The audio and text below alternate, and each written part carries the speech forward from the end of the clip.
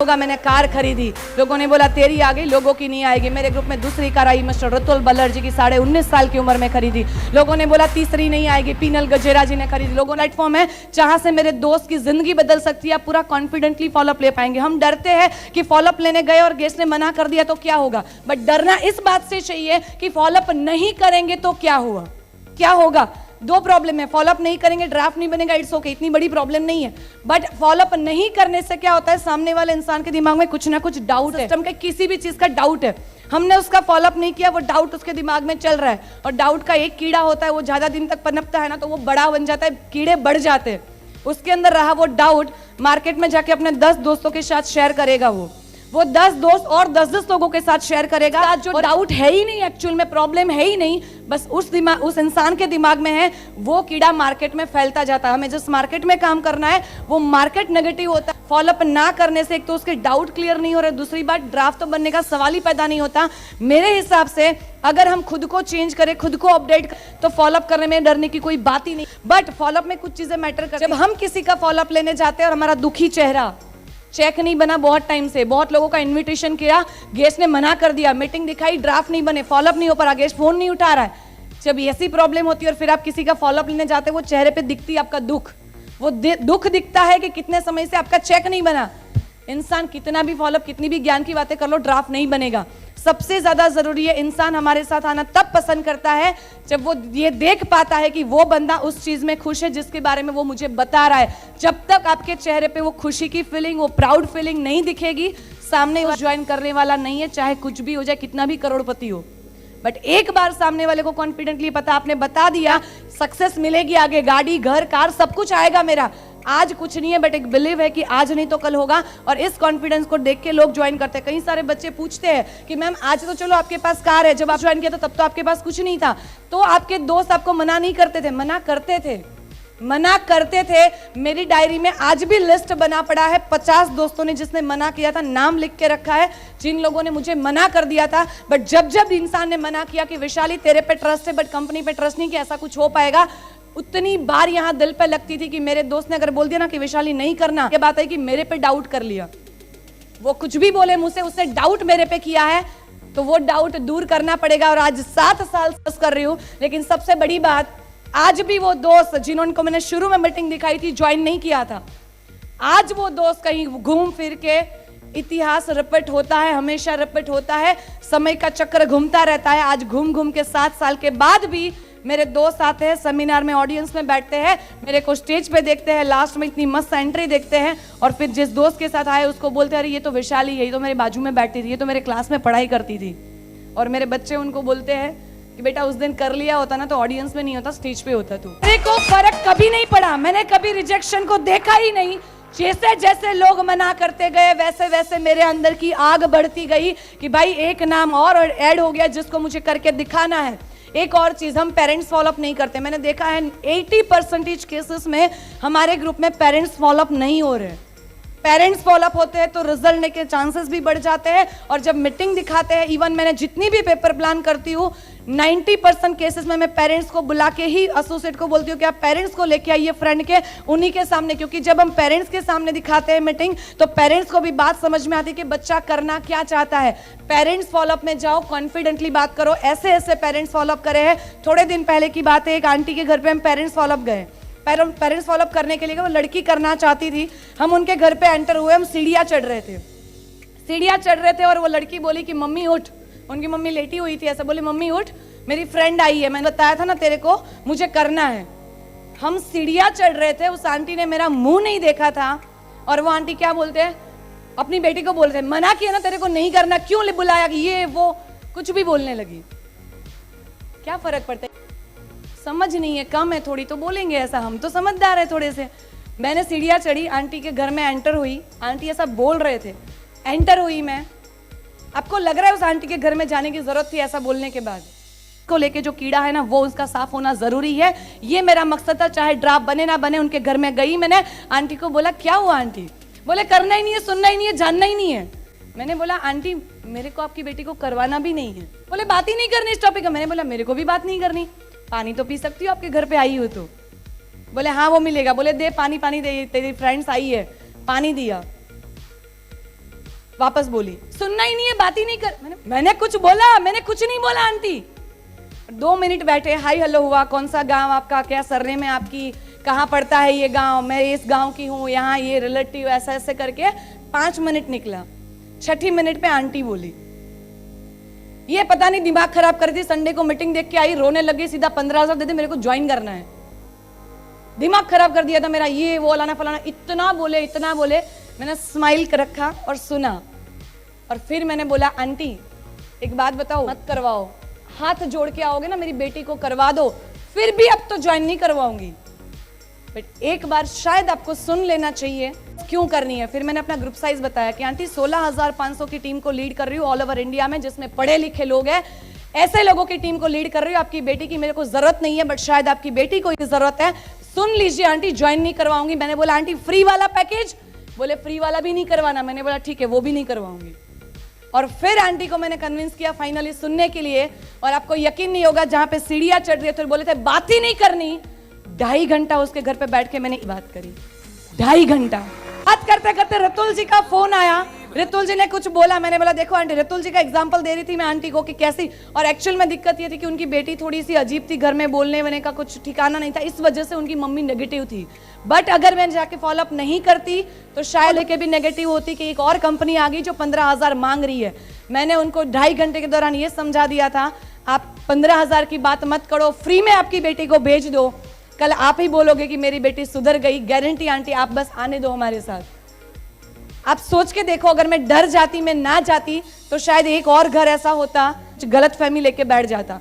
मेरे को एक बात समझ में आती है, मैं जहां पर भी कदम रखूं, जहां पर भी मौजूद रहूं, अच्छाइयां फैलनी चाहिए। इस दुनिया में बहुत अच्छाइयां है लेकिन नहीं आती। मेरी एक आदत है, एवरेज दिन में एक इंसान, एवरेज हर रोज का दिन में एक इंसान को मैं लिफ्ट देती हूँ, चाहे फिर मैं 2 व्हीलर पे हूँ या 4 व्हीलर में, एवरेज एक इंसान को लिफ्ट देती हूँ। और क्यों लिफ्ट देती हूँ, इसके पीछे एक रीजन है, इसके पीछे एक रीजन है। मैं लिफ्ट देती हूँ, मैं उनको, और कड़ी धूप में खड़े होते, ऑटो की वेट कर रहे होते, कभी कोई अंकल, कभी कोई आंटी, कभी कोई लड़कियां, कभी कोई दादी माँ, कभी कोई दादाजी, सबको लिफ्ट देती हूँ, बातचीत करती हूँ, हाय हेलो। और मैं क्या करती हूँ, जैसे गाड़ी कार से जा रही हूँ, लिफ्ट दिया, एसी फुल कर देती हूँ और एसी का वो घुमा देती हूँ उनके तरफ। और आप सोचो, जो धूप में खड़ा है, 1 घंटे से वेट कर रहा है, किसी का ऑटो नहीं मिल रहा है, और उनके सामने जब आप गाड़ी में बिठा और एसी फुल कर दो, क्या होता है? पहली बात, अपना तो हो ही जाएगा, चाहे पहचान वाला हो या ना हो, अपना तो हो जाएगा। और फिर जितना डिस्टेंस है, जहाँ जाना है वहां तक जाते जाते बात करते हैं, हाय हेलो। उनके घर में कोई बेटा बेटी हो तो ठीक है, नहीं हो तो ठीक है, बट मीटिंग, वो गाड़ी में से उतरने के बाद हमारी काठियावाड़ी 70 साल की दादी हो, 50 साल की आंटी हो, जिनको इंग्लिश का एक वर्ड नहीं आता, वो गाड़ी में से जब उतरते हैं ना, स्माइल देते हैं और थैंक यू बेटा बोलते हैं, और फिर वो जाते हैं, तब दिल से आवाज आती है। मैं क्यों लिफ्ट देती हूँ, उसके पीछे एक रीजन है। मैंने एक लड़की को रीजन बताया था, मैंने उसको बाइक के पीछे लिफ्ट दिया, वो जॉब पे जा रही थी, वहां पे खड़ी खड़ी वेट कर रही थी ऑटो का, मैंने बिठाया और मैंने उनको बोला कि मेरे को अच्छा लगता है बाइक पे किसी को कार में लिफ्ट देना, बाइक में। तो बोले आप क्यों लिफ्ट देते हो? उन्होंने रीजन पूछा। ऐसे बहुत कम लोग होते हैं जो लिफ्ट देते हैं। मैंने उनको रीजन बताया कि एक दिन ऐसा था जब मेरे पास कार, 2 व्हीलर कुछ भी नहीं था, मैं वहां पे खड़ी होती थी, ऑटो का वेट कर रही होती, तो जितनी 2 व्हीलर और 4 व्हीलर खाली जाती थी ना, मैं सोचती थी ऐसा कि अगर वो इंसान खाली गाड़ी लेके उसी डायरेक्शन में जा रहा है जहां पे मुझे जाना है, अगर वो मुझे अपनी गाड़ी में बिठा ले, लिफ्ट दे दे, क्या उनका पेट्रोल ज्यादा जाएगा? यस और नो? नो। बट लोग लिफ्ट देना पसंद ही नहीं करते, पता नहीं, हेल्प करने का नेचर ही नहीं है। जिस दिन मेरे पास व्हीकल नहीं था ना, उस दिन कसम खाई थी, तब से ये नेचर था कि एक बार जब मेरे पास कोई व्हीकल आएगा ना, मैं कहीं पर भी जा रही हूँ, अगर एक भी इंसान मुझे दिख जाए ना ऐसा, मैं उनको लिफ्ट दूंगी। क्यों ना करे, बहुत दूर की बात है, लेकिन एक बात पक्की है कि मैं उनको अपना बना लेती हूँ, वो मुझे अपना बनाते हैं, और कुछ नहीं तो कुछ नहीं, बट जब तक कार में लिफ्ट देती हूँ तो जिंदगी भर याद रखेंगे कि लाल गाड़ी वाली लड़की ने लिफ्ट दिया था, और मुझे पता है कि पूरी दुनिया में करनी है तो 16,500 बच्चे में से कभी ना कभी उनके घर आएगी और कभी ना कभी मेरी बात निकलेगी, तो आंटी याद करेगी, हाँ ये लाल गाड़ी वाली लड़की, एक दिन मैं बैठी थी उनकी गाड़ी में, मैंने एक दिन, उन्होंने लिफ्ट दिया था मेरे को। मैं सिर्फ अच्छाइयां फैलाना चाहती हूं कि दिल में कुछ अच्छाइयां, कि हाँ दुनिया में अच्छे लोग हैं। लोगों ने बोला नहीं होगा, मेरा पहला चेक आया, लोगों ने बोला अब नहीं होगा, मैंने टू व्हीलर खरीदा, बोले अब नहीं होगा। सेल्फ मेड लखपति डिक्लेयर हुई, बोले अब नहीं होगा, पढ़ाई खराब होगी। मैंने कॉलेज में भी टॉप, लोगों ने बोला अब नहीं होगा। मैंने कार खरीदी, लोगों ने बोला तेरी आ गई, लोगों की नहीं आएगी। मेरे ग्रुप में दूसरी कार आई, मिस्टर रतुल बल्लर जी की, 19.5 साल की उम्र में खरीदी। लोगों ने बोला तीसरी नहीं आएगी। पीनल जॉब किया, लोगों ने बोला अब नहीं होगा। मैंने कार खरीदी, लोगों ने बोला तेरी आ गई, लोगों की नहीं आएगी। मेरे ग्रुप में दूसरी कार आई, मिस्टर रतुल बल्लर जी की, 19.5 साल की उम्र में खरीदी। लोगों ने बोला तीसरी नहीं आएगी। पीनल गजेरा जी ने खरीदी, लोगों ने बोला अब नहीं होगा। चौथी कार मीरल जी ने खरीदी, लोगों ने बोला अब नहीं होगा। हमने 5वीं कार उर्विशा शाह जी की खरीदी, लोगों ने बोला अब तो होगा ही नहीं। हमने 6ठी कार खरीदी दीपाली वाचानी जी की, 7वीं कार खरीदी रिद्धि कुकड़िया जी की, 8वीं कार खरीदी निधि सवानी जी की, 9वीं कार आई राहुल पिपावत जी की, 10वीं कार ग्रुप में आई नेहल नबोया जी की, 11वीं कार आई धारा बाबरिया जी की, 13वीं कार आई मोनिका सुतरिया जी की, 14वीं कार आई पूजा चौहान जी की। पहला घर मैंने बनाया, दूसरा घर रतुल जी ने, तीसरा पीनल जी ने, चौथा भी पीनल जी ने, 5वां मीरल जी ने, 6ठा दीपाली जी ने, 7वां घर प्रॉपर्टी बनाई रिद्धि कुकड़िया जी ने। जिस दिन बोला था नहीं होगा, कार की लंबी लाइन लगवाई, बोले अब नहीं होगा। हमने घर खरीदा, बोले अब नहीं होगा। हमने घर की लंबी लाइन लगवाई। अब लोगों ने ये नहीं बोला अब नहीं होगा, पूछे आगे क्या क्या होगा।